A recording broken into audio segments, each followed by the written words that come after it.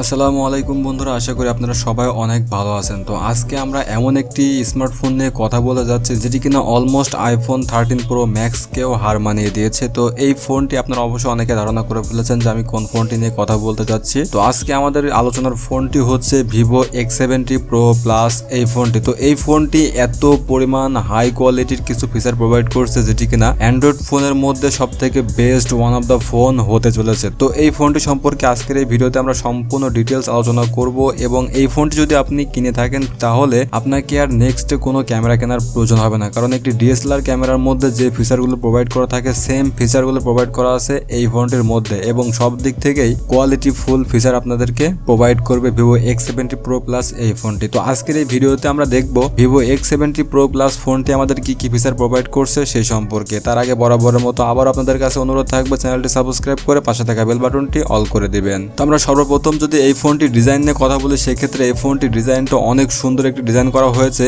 এবং এই ফোনটির ব্যাক সাইডের যে ক্যামেরা বামটা রাখা হয়েছে এই ক্যামেরা বামটি অনেক একটি বড় ক্যামেরা বাম এবং এটি ফোনের লুকটাকে এতটাই প্রিমিয়াম করে তুলেছে যেটি একদম ফুল একটি প্রিমিয়াম ফোনের মতো দেখতে এবং ফোনটিও কিন্তু অনেক একটা ফ্ল্যাগশিপ ফোন। এছাড়া ফোনটির নিচের দিকে কিন্তু এটি ব্র্যান্ডিং করা হয়েছে এবং এর ক্যামেরাগুলোও কিন্তু প্রত্যেকটা ক্যামেরা অনেক বড় বড় ক্যামেরা, যার কারণে কিন্তু আপনারা এখান থেকে একটি ডিএসএলআর ক্যামেরার মতো ফিচারগুলো পেয়ে যাবেন। তো আমরা ডিজাইন নিয়ে খুব বেশি কথা বলবো না, ডিজাইনটা অলমোস্ট একদম বেটার একটা ডিজাইন যেটা আপনাদেরকে অবশ্যই পছন্দ হবে। তো এই ফোনটিতে আপনারা ডিসপ্লে হিসেবে পেয়ে যাবেন 6.78 ইঞ্চি অ্যামোলেড প্যানেলের ডিসপ্লে, যেখানে আপনাদেরকে 16 মিলিয়ন কালার সাপোর্ট করবে। আপনারা বুঝতেই পারতেছেন যে 16 মিলিয়ন কালার সাপোর্টের বিষয়টা কেমন। আপনারা আসলে নর্মালি বুঝতে পারবেন না, যদি কোনো হাই কোয়ালিটির কোনো ভিডিও প্লে করে থাকেন সেক্ষেত্রে অবশ্যই আপনারা দেখে বুঝতে পারবেন এর কালার কন্টেস্টগুলো কেমন পাচ্ছেন। এছাড়া ফোনটিতে আপনারা পেয়ে যাবেন 120 হার্জ রিফ্রেশ রেট এবং HDR10 এর সাপোর্ট। এছাড়া ফোনটির আপনারা পিক ব্রাইটনেস পেয়ে যাবেন 1500 প্লাস পিক ব্রাইটনেস, যেটি কিনা আপনারা ডিরেক্ট সানলাইটেও কিন্তু ফোনটি খুব কমফোর্টেবল ভাবে ইউজ করতে পারবেন। এছাড়া ফোনটির আপনারা ডিসপ্লে রেজুলেশন পেয়ে যাবেন 1440x3200 পিক্সেল এবং ফোনটির স্ক্রিন টু বডি রেশিও পেয়ে যাবেন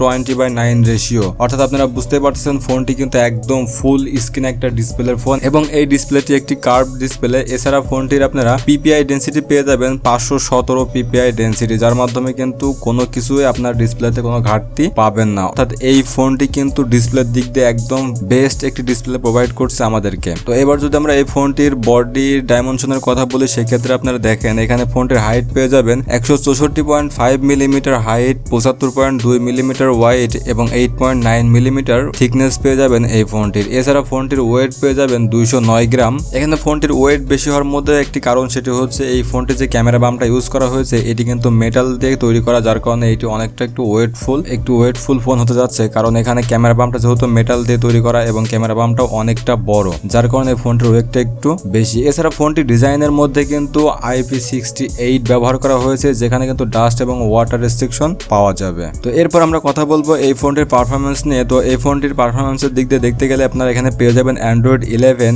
এবং এই ফোনটিতে ইউজার ইন্টারফেস হিসেবে ইউজ করা হয়েছে Origin OS 1।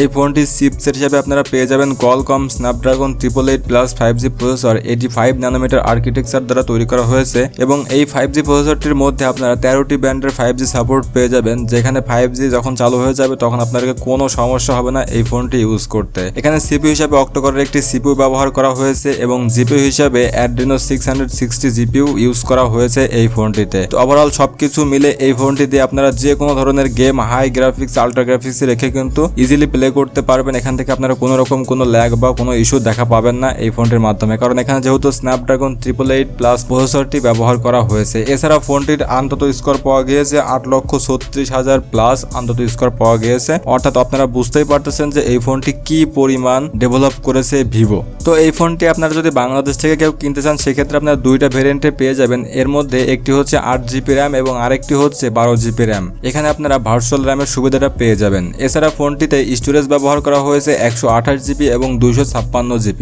এখানে স্টোরেজ টাইপ রাখা হয়েছে UFS 3.1 এবং র্যাম টাইপ রাখা হয়েছে LPDDR5। এবার যদি এই ফোনটির মেন আকর্ষণের কথা বলি তো এই ফোনটির মেন আকর্ষণ হচ্ছে এই ফোনটির ক্যামেরা। তো এখানে আপনারা 4টি ক্যামেরা একটা সেটআপ পেয়ে যাবেন, যেখানে এর মেন ক্যামেরা থাকবে 50 50 মেগাপিক্সেলের একটি মেইন ক্যামেরা এবং 48 মেগাপিক্সেলের একটি আল্ট্রা ওয়াইড সেন্সর এবং এটি একটি গিম্বল সেন্সর। এছাড়া আপনারা পেয়ে যাবেন 12 মেগাপিক্সেলের একটি টেলিফটো সেন্সর এবং 8 মেগাপিক্সেলের একটি পেরিস্কোপ সেন্সর, যেখানে আপনারা 60x পর্যন্ত জুম করতে পারবেন এবং প্রতিটি ক্যামেরার সঙ্গে আপনারা পেয়ে যাবেন ওআইএস সাপোর্টেড এবং এই ফোনটি সবথেকে বেস্ট ক্যামেরা ফিচার প্রোভাইড করছে। এখানে আইফোন 13 প্রো ম্যাক্সের থেকেও কিন্তু বেটার রেজাল্ট করেছে এই ফোনটির ক্যামেরা। তো আপনাদের দেখানোর সুবিধার্থে এই ফোন দিয়ে তোলা কিছু ছবি আমরা স্ক্রিনে আপনাদেরকে দেখাচ্ছি। আপনারা এই ফোনের ফটোগুলো দেখলে পরে বুঝতে পারবেন, কারণ এখানে প্রতিটা ফটো লো লাইট হাইলাইট সব জায়গাতেই কিন্তু একদম বেস্ট পারফরমেন্স করেছে এই ফটো, যেখানে আইফোন 13 প্রো ম্যাক্স ফোনটিও কিন্তু এমন পারফরমেন্স করতে পারে নাই। তো ক্যামেরার দিক দিয়ে এই ফোনটি সব থেকে বেস্ট এবং সব দিক থেকে এগিয়ে থাকবে এই ফোন। এছাড়া এই ফোনটির ক্যামেরাতে যখন আপনারা ভিডিও রেকর্ডিং করবেন সেক্ষেত্রে কিন্তু আপনারা খুব ভালো স্টেবিলাইজেশন পেয়ে যাবেন। এছাড়া ফোনটির ফ্রন্ট ক্যামেরাতে আপনারা পেয়ে যাবেন 32 মেগাপিক্সেলের একটি ওয়াইড ক্যামেরা,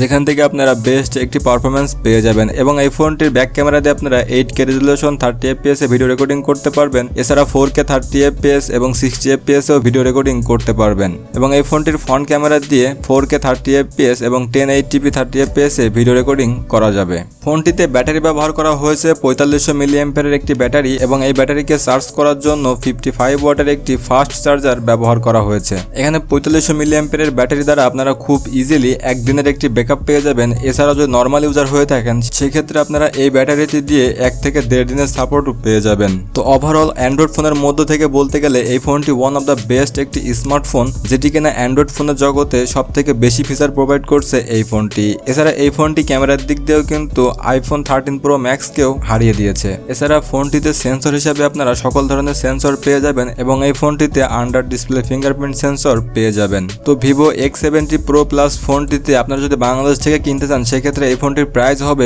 75,000 টাকা। তো বন্ধুরা, ফোনটি আপনার কাছে কেমন লেগেছে অবশ্যই আমাদেরকে কমেন্ট করে জানাবেন এবং ভিডিওটি ভালো লাগলে ভিডিওতে লাইক দেবেন এবং আমাদের চ্যানেল নতুন হলে অবশ্যই আমাদের চ্যানেলটি সাবস্ক্রাইব করে পাশে থাকা বেল বাটনটি অল করে দেবেন এরকম নতুন নতুন ভিডিও পাওয়ার জন্য। তো ভালো থাকুন, সুস্থ থাকুন, দেখা হবে নেক্সট কোনো ভিডিওতে।